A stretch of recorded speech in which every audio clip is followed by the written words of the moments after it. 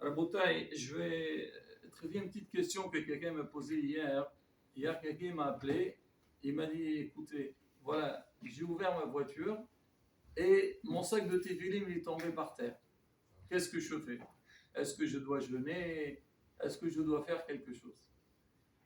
Alors, et il m'a dit, alors, je vous informe que les tefilines, ils étaient déjà dans leur pochette et ils étaient dans un sac. C'est-à-dire, en fait, ils étaient couverts 2 fois. Alors, moi, je dis la première question, qu'est-ce qu'ils font les tefilines dans ta voiture? Normalement, les tefilines, ils sont à la synagogue, pas dans la voiture. Il m'a dit, justement, je partais à la synagogue pour prier des millièmes et en sortant, elles sont tombées les tefilines. Bon, alors je lui dis, dis-moi, si c'était des verres en cristal, il n'y avait pas de paquet dedans, est-ce que tu les aurais mis à côté de la porte comme ça quand tu ouvres, ça tombe? Tu aurais fait plus attention, tu les aurais mis dans un endroit que tu serais certain, ça ne tombe pas. Alors, maintenant il m'a dit, d'accord, qu'est-ce que je fais? Dites-moi. Alors, il faut savoir une chose. La première des choses, au niveau de la halakha, c'est vrai, c'est marqué, si quelqu'un il fait tomber des tefilines, on dit il doit jeûner. Pourquoi? Quel rapport les tefilines avec le jeûne? On dit parce que le aléno, si les tefilines sont tombés, c'est un mauvais siman pour lui. Et on sait très bien qu'on dit à Amisraël chaque fois que le aléno, quelqu'un il a un événement qui n'est pas très bien, alors on dit parmi les choses qui peuvent pardonner, c'est le jeûne. C'est ce qu'on a fait par rapport à tous les malheurs de Amisraël. On dit aussi pareil, quelqu'un que si le jour de la de la ptira d'un des parents, on dit là, c'est marqué qu'il faut jeûner. C'est un minhag. Certains ils le font, certains ne le font pas, mais on dit c'est bien de jeûner. Pourquoi? Parce qu'on dit que le mazal de la personne, il n'est pas bien quand il fait un jeûne. Donc le jeûne, il va être mebatel xerot raot. Il va rejeter, hasbi shalom, s'il y a un mauvais décret sur la personne, donc il va être rejeté. Alors c'est pareil aussi, si quelqu'un il a fait tomber les tefilines, donc c'est un mauvais signe et c'est un bisayon pour les tefilines. Mais la Khal dit quand même, si les tefilines elles étaient dans ce qu'on appelle kisouille, bétof kisouille, ça veut dire comme le cas de notre ami, ça veut dire les tefilines elles étaient dans leur pochette et il y a aussi un sac. Normalement, il n'y a pas d'obligation de jeûner, mais vu que la personne, donc elle a eu quand même, donc on n'a pas fait ça, cet accident, alors il faut qu'elle soit mechaper. Mais sur ça, il faut aller encore plus loin. C'est ce que je lui avais dit au début. Si c'était des verres en cristal, est-ce que tu les aurais mis dans cet état-là avec un risque qu'ils pouvaient tomber? Et ça m'a rappelé tout de suite une histoire que j'avais avec il y avait un abrech, et vraiment quelqu'un de très sérieux, Bahor Yeshiva on va dire, faisait très attention aux mitzvot et tout.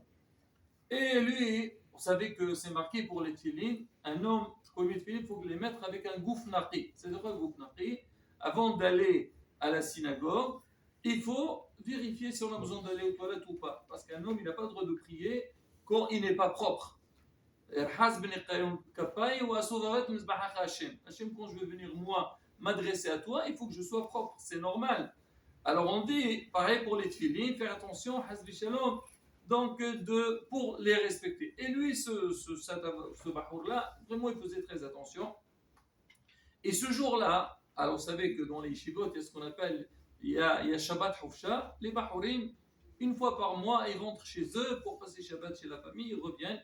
Et lui, il devait voyager, donc le matin, il n'a pas mis ses tefilines. Et après, donc, il a voyagé. Et chaque fois, il disait, bon, je vais les mettre après parce qu'une fois que je me sentirai bien. Shabbat est arrivé. Et quand il était en plein tefila de Shabbat, il s'est rappelé, oh là là, j'ai pas vu les tefilines aujourd'hui. Qu'est-ce que je fais? Il m'a dit, s'il te plaît, est-ce que tu peux demander à Rabbi Meir Mazouz? Tu lui dis, qu'est-ce que je fais? J'ai pas mis tefilin, j'ai raté une mitzvah. On dit quelqu'un qui met pas le tefilin un jour, c'est une mitzvah qui ne peut pas la récupérer. Alors c'est pour ça certains ils disent, tu mets Rabbi Noutam, dans la suite tu peux récupérer. C'est ce qu'ils font beaucoup de Hazrim et Tchouva. Alors j'ai été voir le Rosh Shiva et je lui dis, qu'est-ce que je fais? Et il m'a dit maintenant, mais tu lui dis, tu sais ce qu'il doit faire. Dis-lui qu'à partir de maintenant, il doit étudier à la Chot Tfilin. Je dis, c'est quoi le lien? Quel rapport avec les tefilines? Elle dit, premièrement, étudie, c'est ce qu'on dit. Comme on dit aujourd'hui, si quelqu'un il a fait un péché, la Gemara le dit. À l'époque, quelqu'un il a fait une faute, il amène un korban. Aujourd'hui, on n'a pas le Beth Amikdash, qu'est-ce qu'on fait? On étudie la faute de ce korban-là Ou comme ça, en parallèle, on dit Limud Torah, Talmud Torah, Keneged Kulam. Il a dit ça, c'est une chose. Et deuxièmement, quand il va étudier à la Chot Tfilin, d'accord, lui, il faisait attention de ne pas mettre les Tfilin avec un corps qui n'est pas propre, mais il doit avoir quelque part une négligence. Parce que si pour lui, c'est quelque chose qui est tellement important, il n'aurait jamais oublié. La preuve, des fois, quelqu'un qui a un rendez-vous, qu'est-ce qu'il fait? Il fait des rappels. Ça sonne tous les demi-heures pour ne pas oublier. Alors, le Rav, il m'a dit, dis-lui qu'il étudie, et Bezat Hashem, c'est me rappel. Et c'est pareil aussi ce que j'ai dit hier à ce jeune homme. Je lui dis, d'accord, c'est déjà bien que tu poses la question. Un autre, il tombait, dit, qu'est-ce qui se passe sans tomber? Je les ai ramassés par terre. Non, lui, il n'était pas bien. Alors, ce qu'il faut faire, bien sûr, donner quelque chose de l'Azdaka. Alors, lui prévenir, il continue à prévenir. Et aussi, faire les à la faute de Dieu. Bezat Hashem pour quelqu'un. Donc, il fait attention. Donc, il étudie la chose, il connaît sa valeur. Bezat Hashem. Comme ça, il n'y aura pas donc, de négligence et on fera bien les choses. Voilà,